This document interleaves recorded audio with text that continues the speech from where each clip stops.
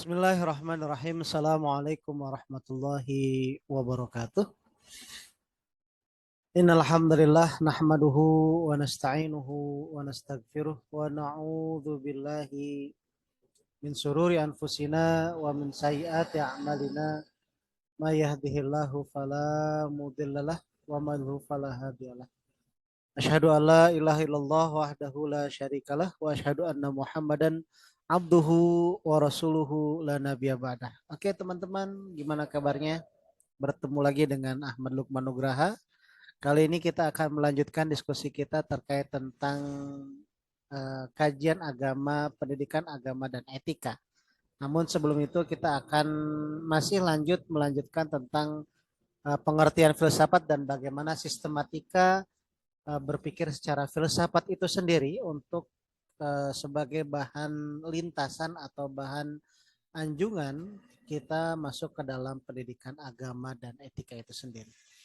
Oke, kali ini kalau kemarin kita sudah membahas tentang apa yang disebut sebagai filsafat.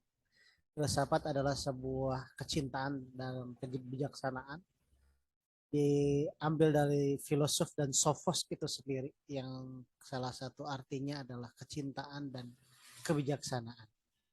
Maka dari itu dalam perkembangan kajian filsafat itu sendiri banyak sekali perubahan dan banyak sekali terjadi gesekan antara satu pemikiran dengan pemikiran yang lain. Akhirnya dari situ memunculkan dinamika perkembangan keilmuan atau dinamika berpikir sehingga ada beberapa golongan, ada golongan rasionalisme, ada golongan materialisme dan lain sebagainya. Sehingga pada kali ini kita akan mencoba untuk mengklasifikasikan golongan-golongan itu sehingga mudah untuk kita pahami dan kita cermati secara bersama. Untuk sebelumnya kami mohon izin untuk share screen. Oke. Oke, semoga sudah terlihat. Pada kali ini saya mencoba untuk menyampaikan sistematika filsafat sebagai akar kajian agama dan etika itu sendiri.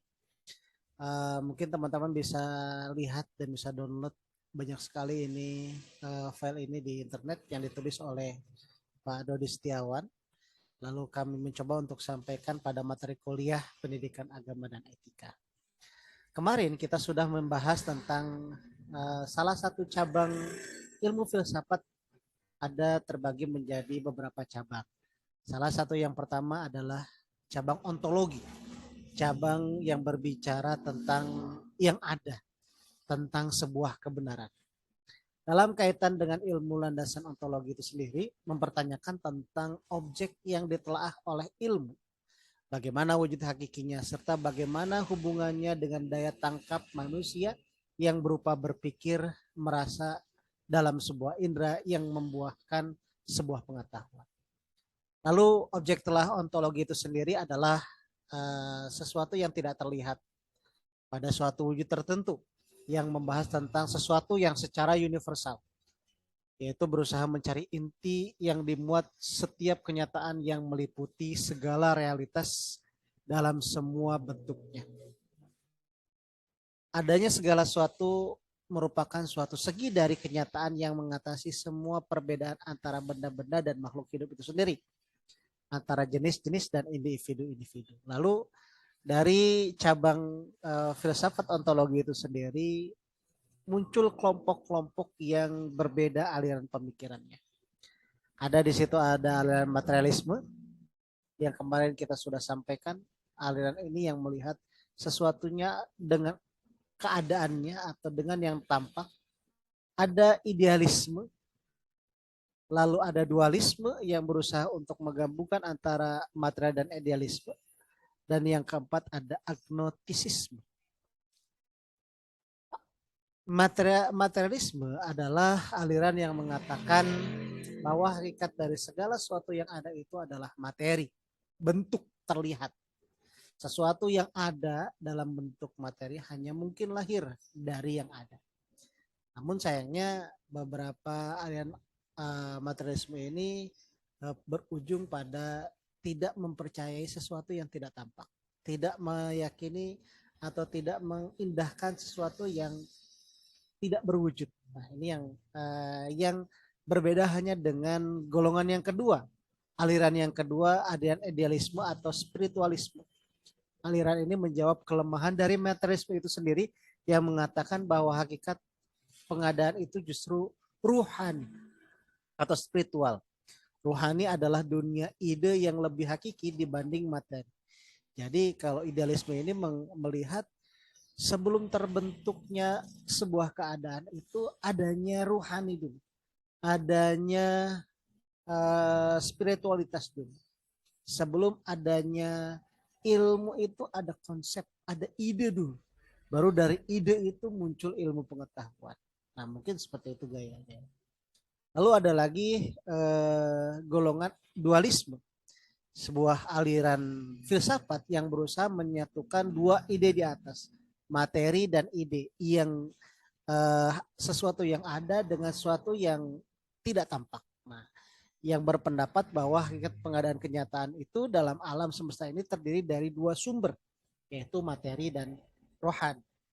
Lalu golongan yang terakhir adalah agnosticisme. Aliran ini merupakan pendapat para filosof yang mengambil sikap skeptis, ragu-ragu, bahkan meragukan setiap sebuah kebenaran. Ragu-ragu setiap jawaban yang mungkin benar dan mungkin juga salah. Ragu-ragu setiap ada sesuatu yang mapan. Nah, ini adalah golongan agnostisisme. Cabang kedua dalam ilmu filsafat adalah epistemologi, di mana objek epistemologi itu sendiri adalah mempertanyakan bagaimana sesuatu itu datang dan bagaimana mengetahuinya, bagaimana membedakan dengan yang lain. Kalau kita lihat dalam bahasa Yunani, epistem dan logos, epistem artinya pengetahuan, logos lazim dipakai untuk menunjukkan adanya pengetahuan yang sistematik. Secara kasat kata, epistemologi adalah sebuah pengetahuan sistematik yang menggali sebuah pengetahuan. Epistemologi berkenaan dengan situasi dan kondisi ruang serta waktu tentang sesuatu. Landasan epistemologi itu sendiri adalah proses apa yang mungkin mendapat pengetahuan, logika, etika, dan estetika. Bagaimana cara dan prosedur memperoleh kebenaran ilmiah itu sendiri. Lalu dalam memahami epistemologi itu sendiri muncul beberapa aliran. Yang pertama adalah empirisme, yang berarti pengetahuan itu dilandaskan dari secara empirik atau secara pengalaman, yang pengalaman tersebut dirasa oleh indrawi manusia itu sendiri. Berbeda hanya dengan empirisme, golongan yang kedua adalah rasionalisme, yang mana rasionalisme tadi lebih mengedepankan akal, walaupun tidak menolak besarnya manfaat dari indrawi manusia, tapi lebih menjadikan akal berada di atas pengalaman indrawi itu sendiri. Jadi sehingga kemunculan dan bagaimana pengetahuan itu sendiri diawali dari akal itu sendiri ketimbang dari indrawi atau empirical indrawi yang terjadi. Lalu hanya muncul perdebatan kembali, muncul aliran baru yaitu positivisme, yaitu sebuah aliran yang secara sistematis dari berusaha untuk menyatukan tesis antara empirisme dan rasionalisme dengan mengambil titik tolak dari empirisme, namun harus dipertajam dengan eksperimen yang mampu secara objektif menentukan validitas realitas pengetahuan. Lalu yang keempat adalah aliran intuisionalisme. Intuisi. Intuisi itu ya sama hanya dengan artinya perasaan ya. Selain indera, selain akal, aliran ini berusaha menggabungkan pemahaman dari sudut pandang akal, sudut pandang indrawi secara empirikal. Ini menggunakan intuisi manusia atau perasaan manusia. Jadi secara tidak langsung kalau kita lihat perbedaan dari 4 aliran epistemologi ini sendiri saling menyempurnakan antara satu dengan lainnya. Kajian yang ketiga yang sudah kita bahas adalah kajian atau cabang filsafat yaitu aksiologi. Aksiologi yang kita kenal sebagai filsafat nilai. Ada dua kategori atau dua kajian di dalamnya, ada etika, bagaimana baik dan bagaimana buruk. Lalu ada estetika, bagaimana sesuatu itu indah dan sesuatu itu jelek. Nah, kategori nilai yang pertama di bawah kajian filsafat tingkah laku ini adalah etika. Sedangkan yang kedua adalah filsafat keindahan yang disebut sebagai estetika. Etika dapat dilihat dalam filsafat moral yang berasal dari kata ethos yang berarti watak. Sedangkan moral sendiri berawal dari kata mores yang artinya kebiasaan. Kalau kita lihat tentunya memiliki dua arti yang berbeda dan dua akar kata yang berbeda. Dalam bahasa Indonesia istilah moral dan etika diartikan kesusilaan. Objek materi etika adalah tingkah laku dan perbuatan manusia, sedangkan objek formal etika adalah kebaikan atau keburukan. Bermoral atau tidak bermoral. Moralitas manusia adalah objek kajian etika yang telah berusia sangat lama.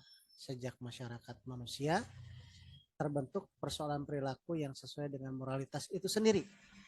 Nah, kalau dalam etika itu sendiri muncul dua teori. Teori deontologis dan teori teologis. Deontologis yaitu sebuah teori yang melestarikan suatu status quo atau melihat kebaikan dan keburukan itu dinilai dari sebuah kewajiban, sebuah peraturan yang harus ditaati dan menghindarkan untuk tidak menghindari larangannya.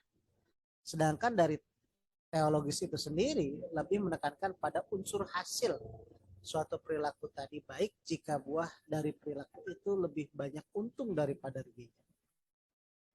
Berbeda ya kalau kita lihat antara deontologis dan teologis. Yang satu dilihat dari prosesnya, aliran yang kedua dilihat dari hasil tingkah laku baik buruk seseorang tersebut. Berbeda dengan estetika. Estetika juga disebut sebagai filosofi keindahan, philosophy of beautiful, yang berasal dari kata estetik yang artinya adalah hal-hal yang dapat diserap secara indrawi atau serapan indera. Kalau kita lihat secara kesimpulan, itu kajian filsafat itu sendiri terbagi menjadi tiga. Ada ontologi, ada epistemologi, dan ada aksiologi. Dalam memahami kajian atau cabang filsafat-filsafat ini, muncul dan terlahir berbagai gaya pikir, atau mungkin kalau kita membahasnya sebagai filsafat, gaya pikir yang berbeda.